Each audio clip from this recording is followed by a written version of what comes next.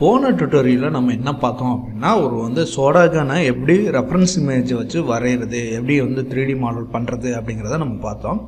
So இந்த டுட்டோரியலில் நம்ம என்ன பார்க்க போகிறோம் அப்படின்னு பார்த்தீங்கன்னா, கிரியேட் பண்ண சோடாகன் 3D மாடலுக்கு நம்ம ரியலிஸ்டிக்கான ஒரு டெக்ஸ்சர் எப்படி கொடுக்குறது. ஃபார் எக்ஸாம்பிள் நம்ம கோக் கேனில் பார்த்தீங்கன்னா கொக்கோ கோலான்னு எழுதியிருக்கோம், பெப்சின்னு எழுதியிருக்கோம். ஸோ இந்த மாதிரி டெக்ஸ்சர் எப்படி கொடுக்குறது, இந்த மாதிரி ரியலிஸ்டிக் ஃபீலான ஒரு ஃபீல் எப்படி தர்றது அப்படிங்கிறத நம்ம பார்க்க போகிறோம். ஸோ அந்த மாதிரி டெக்ஸ்சர் அப்ளை பண்ணுறதுக்கு முன்னாடி ஒரு ப்ராசஸ் இருக்குது. அது என்னன்னு பார்த்தீங்கன்னா யூவி அன்ராப்பிங். யூவி அன்ராப்பிங்னா இப்போ இந்த மாடல் பார்த்தீங்கன்னா இது ஒரு சிலிண்டர் மாதிரி இருக்குது. இப்போ இதில் நம்ம எழுத போனோம்னா நம்ம சரியாக சப்போஸ் ஃபார் எக்ஸாம்பிள் நம்ம எழுத போனோம்னா சரியாக எழுத முடியாதுல்ல. ஸோ இந்த சிலிண்டர் மாதிரி இருக்க ஷேப்பை நம்ம கட் பண்ணிவிட்டு இதை ஃப்ளாட் ஆக்கிட்டோம்னா, இந்த சிலிண்டரை ஃப்ளாட் ஆக்கிட்டோம்னா அதில் ஈஸியாக எழுதலாம். ஸோ அந்த மாதிரி ப்ராசஸ் தான் பார்த்திங்கன்னா யூவி அன்ராப்பிங் சொல்லுவாங்க. அதாவது மாடலில் நம்ம எதுவுமே பண்ண மாட்டோம், மாடலோட ஸ்கின்னை மட்டும் நம்ம தனியாக உரிச்சு எடுத்து அந்த ஸ்கின்னில் நம்ம கலர் அடிக்கிறதோ இல்லைனா ஒரு இமேஜை அப்ளை பண்ணுறதோ அது பண்ணுறது தான் பார்த்திங்கன்னா யூவி அன்ராப்பிங் பண்ணோம். மாடலோட ஸ்கின்னை மட்டும் நம்ம உரித்து எடுத்து அதை நம்ம அன்ராப் பண்ணி, அதாவது நல்லா விரித்து வச்சு அதில் நம்ம எழுதுறதோ இல்லைனா இமேஜ் அப்ளை பண்ணுறதோ அதுக்கு பேர் யூவி அன்ராப்பிங். சிம்பிளாக உங்களுக்கு எளிமையாக புரிகிற மாதிரி நான் சொல்கிறேன்.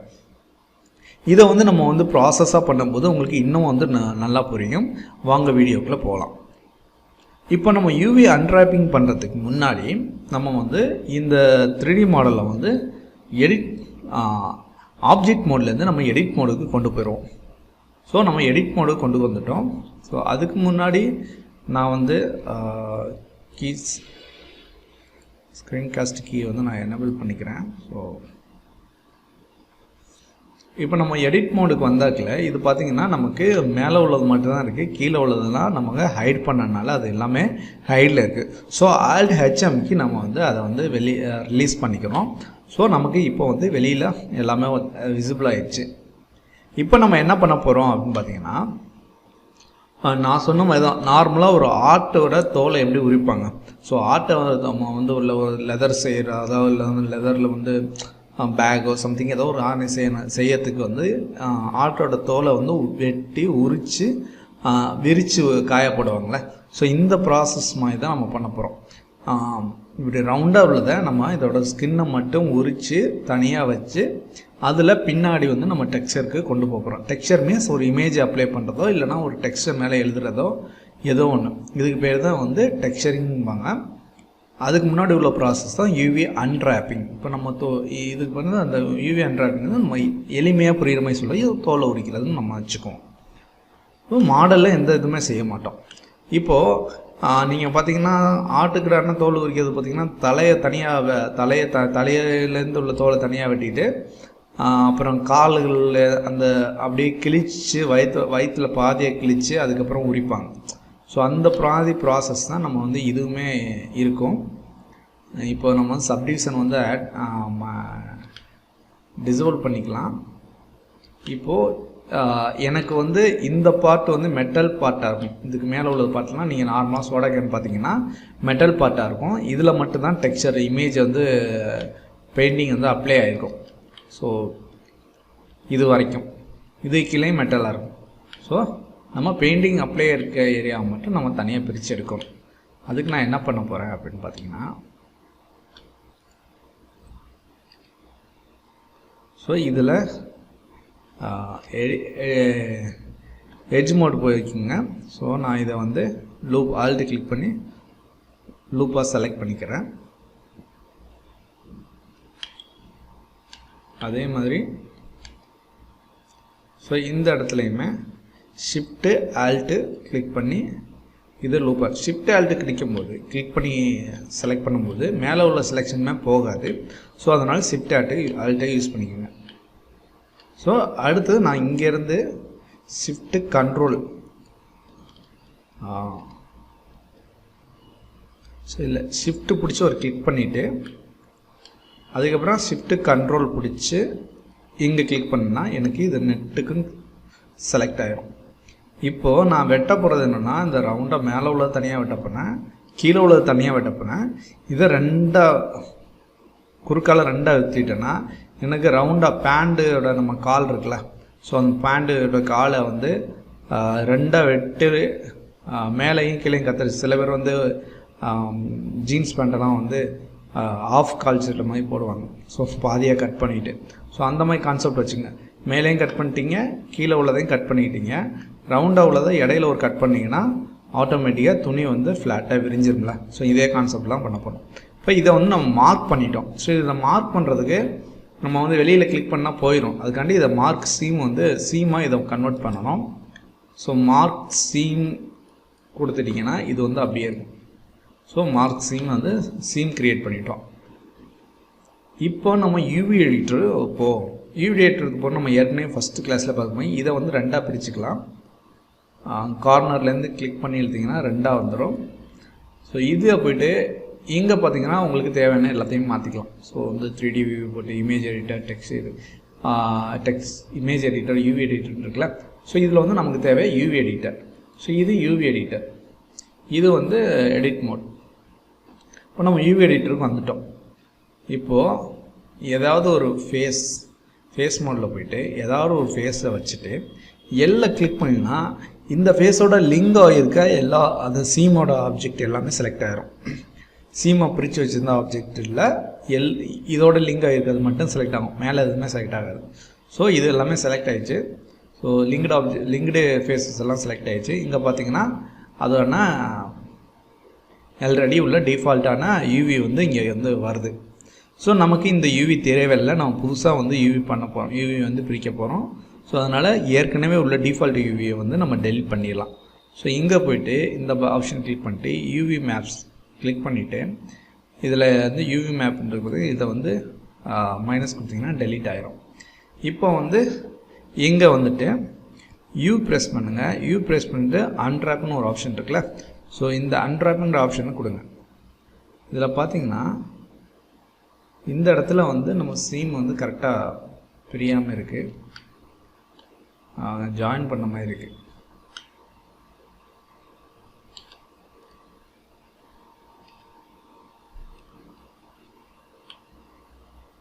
ஸோ இந்த இடம் வந்து கட் ஆகாமல் இருக்குல்ல. ஸோ மைனூட்டாக நம்ம பார்க்கணும், இந்த இடம் வந்து சீம் ஆகாமல் இருக்குது. ஸோ இதை கிளிக் பண்ணி அப்படியே மார்க் சீம் கொடுத்துருங்க. அதையும் இப்போது போயிட்டு செலக்ட் பண்ணிவிட்டு யூ கொடுத்து அன்ட்ராப். ஸோ யூ கொடுத்து அன்ட்ராப் கொடுத்தாக்கல உங்களுக்கு நான் சொன்ன மாதிரி பேண்டை வந்து 2ஆக கிழிச்சு போட்டோம்னா எப்படி இருக்கும், அப்படியே ஃப்ளாட்டாக இருக்குன்னா அது மாதிரி ஃப்ளாட்டாக ஆயிடுச்சு இந்த இடம். ஆனால் நமக்கு வந்து இது ஃப்ளாட்டாக வந்து ஒரு பேப்பர் மாதிரி இருந்தால் தான், ஒரு ரெக்டாங்குலர் பேப்பர் மாதிரி இருந்தால் தான் நம்ம வந்து இதில் வந்து ஒரு இமேஜையோ இல்லை எழுதணும், பெப்சின்னு எழுதணுமோ இல்லை கோக்னு எழுதணுமோ நம்ம எழுத முடியும். ஸோ ஆனால் இது பார்த்திங்கன்னா கோணையாக இருக்குது. ஸோ இதை வந்து நம்ம ஸ்ட்ரைட் பண்ணணும் அப்படின்னா அதுக்கு என்ன பண்ணணும்னா இதில் ஏதாவது ஒரு ஃபேஸே எடுத்துக்கங்க. 3Mக்கு நான் இதில் ஒரு ஃபேஸை வந்து செலக்ட் பண்ணிக்கிறேன். கிட்ட போய்க்கிறேன். ஸோ இதில் வந்து இப்போ என்ன பண்ண போகிறோம்னா இதில் வந்து எட்ஜ் மோடு நான் செலக்ட் பண்ணிவிட்டு எட்ஜை இந்த எட்ஜை செலக்ட் பண்ணுறேன். செலக்ட் பண்ணிவிட்டு இப்போது இதெல்லாம் நம்ம ஸ்ட்ரைட் ஆக்கணும். ஸோ ஸ்ட்ரைட் ஆக்கிட்டு, ஏன்னா இப்போ ஒன்று ஸ்ட்ரைட் ஆக்கிட்டோம்னா எனக்கு இதே மாதிரி எல்லா ஃபேஸுமே ஸ்ட்ரைட்டாக இருக்கணும் அப்படின்னு கொடுக்குறதுக்கு ஒரு ஆப்ஷன் இருக்குது. ஸோ அதனால் ஃபஸ்ட்டு இதை வந்து ஒரு பாக்ஸ் மாதிரி ஸ்ட்ரைட் பண்ணிக்குவோம். ஸோ ஏன்னா கோணையாக இருக்குல்ல, மேலே கீழே கொஞ்சம் கோணையாக இருக்குது. ஸோ அதனால் ஸ்ட்ரைட்டாக இருக்கான்னு ஸ்ட்ரைட் பண்ணிக்கலாம். அதுக்கு நான் ஸ்கேல் பண்ணுங்க, எஸ்ஸை ப்ரெஸ் பண்ணிவிட்டு எக்ஸ் ஆக்சிஸில் ஸ்கேல் பண்ண போகிறேன். x0 enter. ஓகேங்களா. சேம் இங்கே இந்த சைடும் எஸ் அமுக்கிட்டு எக்ஸ் அமுக்கிட்டு 0 என்டர். ஓகேவா. இதுக்கு வந்து ஒய் எஸ் அமுக்கிட்டு ஒய் அமுக்கிட்டு 0. சேம் கீழே உள்ளதுக்கும் எஸ் அமுக்கிட்டு ஒய் அமுக்கிட்டு 0. இப்போ இது நமக்கு ஒரு பாக்ஸ் மாதிரி வந்துடுச்சு. இப்போ நம்ம இதை ஃபேஸை செலக்ட் பண்ணிக்கலாம். ஓகேவா. இப்போ நம்ம இது ஃபேஸை செலக்ட் பண்ணிக்கிறோம். இப்போ இந்த ஃபேஸ் மாதிரியே நமக்கு எல்லா ஃபேஸஸுமே வரணும் அப்படிங்கிறதுக்கு என்னென்னா இந்த ஃபேஸை லிங்க் பண்ணியிருக்க எல்லாத்தையும் செலக்ட் பண்ணிக்கலாம் ஃபஸ்ட்டு. அதுக்கு வந்து ஆப்ஷன் வந்து எல் ப்ரெஸ் பண்ணிங்கன்னா இதோட லிங்க் ஆகிருக்க எல்லாமே செலக்ட் ஆகும். இப்போ ரைட் கிளிக் பண்ணிவிட்டு ஃபாலோ ஆக்டிவ் குவாட்ஸ். நம்ம ஆக்டிவ் குவாட்ஸை நம்ம ஏற்கனவே பார்த்தோம். எந்த குவாட் வந்து நம்ம கடைசியாக ஃபஸ்ட்டு செலக்ட் பண்ணிக்குமோ அதுதான் ஆக்டிவ் குவாட். ஸோ இதுதான் ஆக்டிவ் குவாட். இதை வந்து எல்லாமே ஃபாலோ பண்ணணும். ஸோ ஃபாலோ ஆக்டிவ் குவாட் கொடுத்தாக்கல இதே மாதிரியுமே எல்லாமே ஸ்ட்ரைட்டாக வந்து ஃபிக்ஸ் ஆயிடுச்சு. இப்போ நம்ம ஸ்ட்ரைட்டாக ஃபிக்ஸ் பண்ணிட்டோம். இப்போ இதை வந்து இப்போ வந்து இது வந்து வெர்டிக்கலாக இருக்குது. இதை வந்து நம்ம இந்த ஷேப்பில் கொண்டு போகிறோம். ஏன்னா இந்த இடம் தான் பார்த்திங்கன்னா இது. ஸோ இது வந்து பாட்டம். ஸோ நம்ம இப்படி திருப்பணும். அதுக்கு வந்து ரொட்டேஷன் 90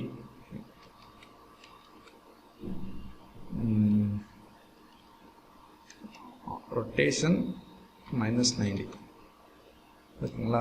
ஆரம்பிக்கிட்டு -90 என்டர் கொடுத்தீங்கன்னா உங்களுக்கு ரொட்டேட் ஆகி வந்துடும். ஸோ இப்போ நான் ஜிஎம்க்கு கிராப் பண்ணி மூவ் பண்ணி சென்டரில் வச்சுக்கிறேன்.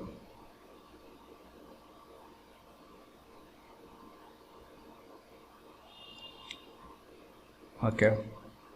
ஸோ இப்போ நம்ம இது கொஞ்சம் ஸ்கேல் கூட பண்ணிக்கலாம்.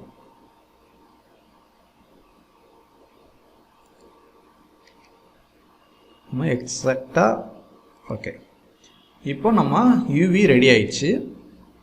இப்போ இதுக்கு வந்து நம்ம மெட்டீரியல் அசைன் பண்ணலாம். ஸோ நம்ம யூவி ரெடி பண்ணிட்டோம். இப்போ நம்ம வந்து மெட்டீரியல் வந்து அசைன் பண்ணலாம். நம்ம வந்து இங்கே வந்து எடிட் மோடில் வந்து ஏ கொடுத்து எல்லாத்தையும் செலக்ட் பண்ணிக்கிறேன். ஏ கொடுத்து எல்லாத்தையும் செலக்ட் பண்ணிவிட்டு இப்போ நம்ம மெட்டீரியல் போகிறதுக்கு இங்கே வந்து பார்த்திங்கன்னா இதுதான் மெட்டீரியல் டேப். ஸோ இதில் தான் போய் நம்ம மெட்டீரியல் வந்து க்ரியேட் பண்ணி அதோட ஆட்ரிபியூட்ஸ்லாம் நம்ம வந்து எடிட் பண்ணுவோம். ஸோ நம்ம மெட்டீரியல் போயிட்டு இங்கே பார்த்திங்கன்னா மெட்டீரியல் எதுவுமே இல்லை. ஸோ நான் ஒரு நியூ மெட்டீரியல் ஆட் பண்ணுறேன். Add material slot. இது வந்து நியூ மெட்டீரியல் ஸ்லாட்டை வந்து நான் க்ரியேட் பண்ணணும். ஸோ நான் 2 க்ரியேட் பண்ணிட்டேன். 1 தான் எனக்கு போகும். ஸோ எடிட் மோடில் ரிமூவ் பண்ண முடியாது. Okay. So new material slot போய்ட்டு இப்போ நியூ மெட்டீரியல்ஸ் வந்து க்ரியேட் பண்ண போகிறேன். இதில் இப்போ இந்த மெட்டீரியலோட நேம் எனக்கு வந்து கேன் அண்டர்ஸ்கர் மெட்டல். இது வந்து கேனோட மெட்டல். ஓகேவா. இப்போது இதில் பார்த்திங்கன்னா எனக்கு மெட்டாலிக் வந்து எனக்கு வந்து கேன் வந்து எப்போதுமே மெட்டல் ஃபீல்டில் இருக்குன்னா அப்போ எனக்கு 1 வேணும். ஸோ 1 வச்சுக்கிறேன். இதே நேரத்தில் இங்கே பார்த்திங்கன்னா ஸோ இதை நம்ம உள்ளே தள்ளிடலாம். ஏன்னா அவங்க யூவி வேலை முடிஞ்சிடுச்சு. இந்த டெக்ஸ்சர் வந்து நம்ம ஃபோட்டோஷாப்பில் போய் க்ரியேட் பண்ண போகிறோம். ஸோ நம்ம இதை வந்து ஜாயின் ஏரியா கொடுத்துக்குவோம். ஓகேவா. ஜாயின் ஏரியா கொடுத்துட்டு ஸோ இங்கே பார்த்திங்கன்னா வியூ வந்து ஷேடிங் வியூ போட்டு ஸோ நம்ம இதில் வந்து ஷேடிங்கை பார்த்துக்கலாம். இந்த வியூ போட்டில் இப்போ வந்து மெட்டாலிக் வந்து நமக்கு 1ல் இருக்கணும். ரஃப்னஸ் வந்து நம்ம 0.2ல் இருக்கணும். 0.2ல் வச்சுட்டோம்னா நமக்கு மெட்டல் ஃபினிஷ் வந்துடும். இப்போ இதோட மாடிஃபையரையுமே எனேபிள் பண்ணிடலாம். ஓகேங்களா. ஸோ நமக்கு மெட்டல் ஃபீல் வந்துருச்சு. மெட்டல் கேன் வந்து நமக்கு கிடச்சிருச்சு. இப்போ நீங்கள் இந்த லைட்டாக கொஞ்சம் இது மாதிரி இருக்குது பார்த்தீங்களா. இதுக்கு வந்து நீங்கள் ரைட் கிளிக் பண்ணி ஷேட் ஸ்மூத் கொடுத்துட்டிங்கன்னா அந்த இதுவும் போயிடும். ஓகே. இப்போ வந்து நமக்கு கேனுக்கான பேஸ் மெட்டல் வந்து அப்ளை பண்ணிட்டோம். இதுக்கு மேலே வந்து நம்ம டெக்ஸ்சர் அப்ளை பண்ணணும். அதுக்கு ஒரு மெட்டீரியல் நமக்கு தேவை. ஓகேவா. இது ஒரு மெட்டீரியல். எனக்கு வந்து ரேப்பர் ஓட்ட போகிறேன் அப்படின்னா அது ஒரு மெட்டீரியல், தனி மெட்டீரியல் இருக்கணும். ஸோ அதுக்கு ஒரு மெட்டீரியல் நம்ம க்ரியேட் பண்ணிக்கலாம். இங்கே போய்ட்டு இன்னொரு ஸ்லாட் நான் வந்து க்ரியேட் பண்ணிக்கிறேன். ஸோ இந்த ஸ்லாட்டில்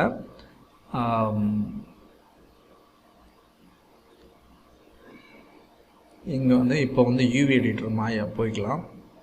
ஸோ நீங்கள் இங்கே போகிறதுக்கு பதிலாக நம்ம இங்கேயும் யூஸ் பண்ணிக்கலாம். யூவி எடிட்டிங் இந்த ஆப்ஷன், இந்த டேப்பை யூஸ் பண்ணால் ஆட்டோமேட்டிக்காக இங்கே போயிடும். ஓகே. ஸோ ஏதோ ஃபேஸ் செலக்ட் பண்ணிவிட்டு எல் ப்ரெஸ் பண்ணி இதை மட்டும் நான் செலக்ட் பண்ணிக்கிறேன். சரி, இங்கே இருக்கிறத நம்ம செலக்ட் பண்ணிக்கலாம். இதை செலக்ட் பண்ணி எல் ப்ரெஸ் பண்ணோம்னா நமக்கு இங்கே செலக்ட் ஆகிரும். ஓகே, இப்போது நான் மெட்டீரியலுக்கு வந்து க்ரியேட் பண்ண போகிறேன். ஸோ இங்கே போயிட்டு நியூ மெட்டீரியல், எனக்கு நியூ மெட்டீரியல் தேவை. ஸோ இது வந்து லேபிள் அப்படின்னு நான் கொடுத்து ரீநேம் பண்ணிக்கிறேன். ஸோ இந்த லேபிளுங்கிற மெட்டீரியல் வந்து எனக்கு வந்து செலக்ட் பண்ணதுக்கு அசைன் ஆகணும். ஸோ நான் அசைன் கொடுத்தேன்னா இது இதுக்கு அசைன் ஆகிடும். ஸோ இதில் வந்து நான் வந்து இப்போ வந்து ஆப்ஜெக்ட் மோடு போய் பார்த்தேன்னா, ஸோ ஆப்ஜெக்ட் மோட்லேயே ஷேடிங் வியூவில் வச்சு பார்த்தோன்னா எனக்கு இதை தவிர மற்ற எல்லாம் மெட்டல் ஃபீல்டில் இருக்குது. ஸோ இதில் வந்து நான் டெக்ஸ்சர் ஏதாவது அப்ளை பண்ணேன்னா எனக்கு வந்து இதில் தெரியும். இதை வந்து நம்ம எக்ஸ்போர்ட் பண்ணிடுவோம். ஸோ நம்ம இதை வந்து எக்ஸ்போர்ட் பண்ணுறதுக்கு யூவியில் போய் எக்ஸ்போர்ட் யூவி லேஅவுட் கொடுத்துருங்க. ஸோ எக்ஸ்போர்ட் யூவி லேஅவுட் கொடுத்துட்டு